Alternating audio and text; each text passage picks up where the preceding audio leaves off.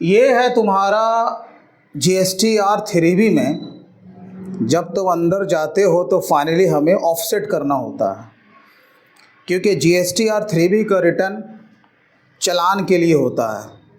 ठीक है, जब तुम उसके अंदर जाओगे और सारा डेटा ऑटो पॉपुलेट होकर के तुमको वहाँ पे दिखेगा, ये बॉक्स और तुम्हारा जो भी फिगर है सब यहाँ पे पहले से दिखेगा।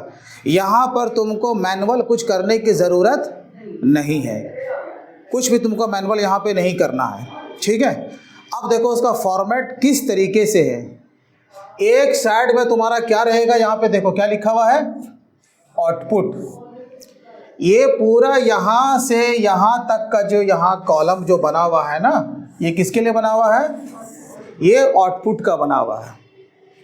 समझे, किसका बना हुआ है, ये आउटपुट का बना हुआ है। और यहाँ पे तुम्हारा डेटा ऑटोमेटिक आएगा। अब अगर कोई तुमसे पूछ ले कि यहाँ पर तुमने तो बता दिया कि सर ये आउटपुट का डेटा आएगा, तो ये बताओ कहाँ से आएगा ऑटोमेटिक, इसमें डेटा तुम्हारा कहाँ से आएगा बताओ। 3B से आएगा, R1 से आएगा। कहाँ से आएगा, R1 से, क्योंकि आउटपुट का माने हमारा सेल। ठीक, जो तुमने GSTR1 का रिटर्न फाइल किया, चाहे वो 15 बॉक्स में, जिस बॉक्स में तुम्हारा डेटा था, B2B, B2C, B2CL या B2B वाला सेल से रिटर्न, तो इसका माने सेल हुआ, सेल से रिटर्न हुआ। तो जो नेट तुम्हारा सेल का फिगर था उसके ऊपर जो तुमने टैक्स को रिकवर किया, समझे ना। और तुम्हारा हो सकता है कि उसमें लोकल सेल भी होगा, इंटर स्टेट भी सेल होगा, तो दोनों तरह का सेल है ना जी। हाँ जी है। तो तुम जो उसके ऊपर टैक्स रिकवर करोगे, तो जो GSTR1 में तुमने दिखाया है उसका समरी यहाँ दिखेगा, यहाँ दिखेगा, यहाँ दिखेगा। तो एक बात तो क्लियर हो गया, हाँ हमारा ही GSTR1 का जो भी डेटा है वो समरी के तौर पे यहाँ आ जाएगा। समझ में बात आई। इंटर स्टेट वाला IGST में आ जाएगा, लोकल वाला CGST और SGST में। अब यहाँ पे एक सवाल, क्या CGST और SGST के पैसे में डिफरेंस हो सकता है? एकदम बराबर होगा, ऊंची आवाज में बोलो, एकदम इक्वल होगा। क्यों? अरे बाबा, हम जो माल जो सेल किया है लोकल में, हमने बराबर बराबर टैक्स को रिकवर किया।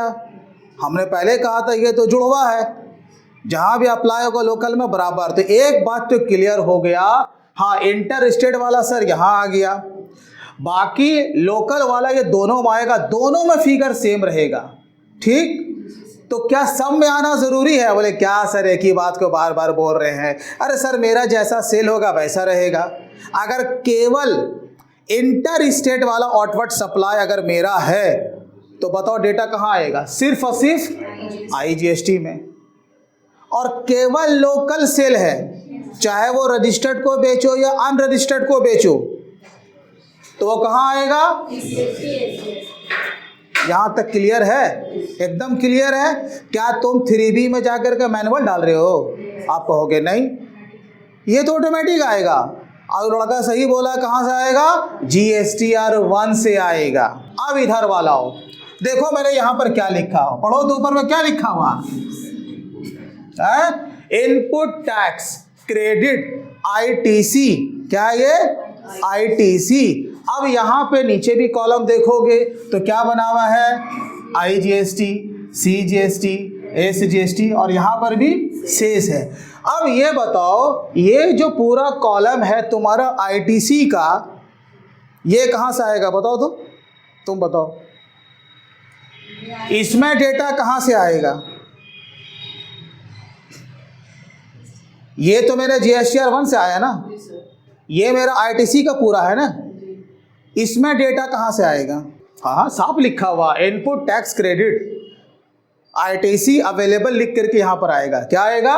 ITC available. अब ये बताओ, ये पैसा कहाँ से आएगा? ITC कहाँ से बनता है? बोलोगे परचेज से। हम जब माल परचेज करते हैं तो उसका रिकॉन्साइल कहाँ से करते थे? 2A और 2B से।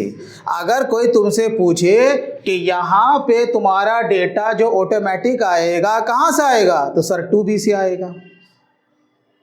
कहाँ से आएगा? GSTR 2B से आएगा ये डेटा। और 2B आज की तारीख में किससे बन रहा है जी? IMS से। जबकि ये भी ऑप्शनल है, जब मैंडेटरी होगा तो देखेंगे। यहाँ समझ में आ रहा ना बात? अब ये ऑफसेट करने नहीं सिखा रहे, बता रहे डेटा कहाँ से आता है। जब डेटा ही नहीं मालूम तो इसका माने कमज़ोरी है। इनडायरेक्ट टैक्स का क्या फॉर्मूला है, GST का क्या फॉर्मूला है? Output minus input. अगर टैक्स की लायबिलिटी ज़्यादा है, इनपुट कम है, तब तो तुमको अपने पॉकेट से पेमेंट करना होगा। लेकिन कभी कभी तुम्हारा सेल कम होगा, परचेज ज़्यादा होगा, तो इसका माने मेरा इनपुट टैक्स का क्रेडिट जो बच जाएगा वो हमारा कैरी फॉरवर्ड हो जाएगा नेक्स्ट मंथ के लिए या नेक्स्ट क्वार्टर के लिए। अब यहाँ पे गौर से देखो, यहाँ पर IGST है, ये लायबिलिटी है ना, ये आउटपुट है ना, आउटपुट माइनस इनपुट। तो अगर तुम्हारे पास इनपुट IGST है तो सबसे पहले आप ऐसे समझो, यहाँ पर कितना है? 1000 रुपया। ये तुम पर लायबिलिटी है, क्या है? अब हो ना हो तुम्हारे पास ये 500 रुपया हो, क्या हो? 500 रुपया हो, तो ये ऑटोमेटिक यहाँ पर 500 रुपया आ जाएगा। समझ में बात आई? अब इसके सामने ये भी बॉक्स है, क्या है? ये भी बॉक्स है। तो इससे ये पता चलता है कि मेरा जो आउटपुट रहेगा IGST वाला, सामने वाले इनपुट के सबसे पहले IGST भी से ऑफसेट हो जाएगा, CGST से भी हो जाएगा और SGST से भी हो जाएगा। समझे? ये इनपुट है ना। अब ऐसा डेटा हो यहाँ पे है, तो यहाँ पे ये क्या करेगा? ये डायरेक्ट आकर के 500 रुपये यहाँ पे ले लेगा तुम्हारा CGST में। तो ये तो बच गया ना। लेकिन एडजस्टमेंट होगा कि नहीं? होगा ना जी। तो क्या तुम यहाँ पे सीख रहे हो कि यहाँ पे ये वाला जो कॉलम है इसके साथ सबका एडजस्टमेंट हो जाएगा। अच्छा, अब दूसरा हो, अब तुम्हारा यहाँ लायबिलिटी सपोज 2000 बना। कितना बना? 2000 बना। पहले बॉक्स देखो, जिसका टिक है यानी कि आउटपुट CGST का, इनपुट IGST का एडजस्टमेंट हो जाएगा पहले, और बाकी अगर बचेगा तो CGST इनपुट के साथ तुम्हारा लायबिलिटी ऑफसेट हो जाए। ये वाला बॉक्स तो है ही नहीं, ये है ही नहीं वहाँ पे। तो इससे क्या पता चला कि आउटपुट CGST का इनपुट SGST के साथ ऑफसेट नहीं हो सकता। ये तुम्हारा लायबिलिटी है, समझ रहे हो ना? ये 2000 रुपया गवर्नमेंट को देना था। अब अगर तुम्हारे पास मान के चलो कि यहाँ पर ये 4000 रहता है, कितना रहता बैलेंस में है तुम्हारा, तो ये ऑटोमेटिक यहाँ पे 2000 रुपया ले आता। कितना ले आता? 2000 रुपया। जबकि ये भी तुम्हारे पास बहुत पैसा है, लेकिन यहाँ पे कुछ नहीं रहेगा, ज़ीरो। तो सबसे पहले उसने किसको ऑफसेट किया? IGST को। ये रूल है। तुम चाहोगे कि सर इसको हम डिलीट कर दें, मेरे पास तो है, और यहाँ पे बैठा दें 1000, ये सॉरी कितना? 2000, तो हो जाएगा? आंसर है नहीं होगा। क्यों? पहला कॉलम जो है वो IGST का है। तो अगर तुम्हारे पास IGST का बैलेंस है पुराना वाला, या इस महीने में भी परचेस किए IGST वाला, वो ऐड हो गया, तो सबसे पहले वो उसी को ख़त्म करेगा। तुम उसको बचा नहीं सकते कि इसको बचा करके हम दूसरे को ऑफसेट कर दें, ऐसा नहीं होगा।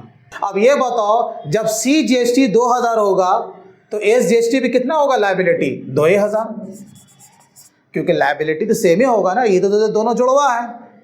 अब ये बताओ, यहाँ 4000 था ना, अभी बताया कितना था?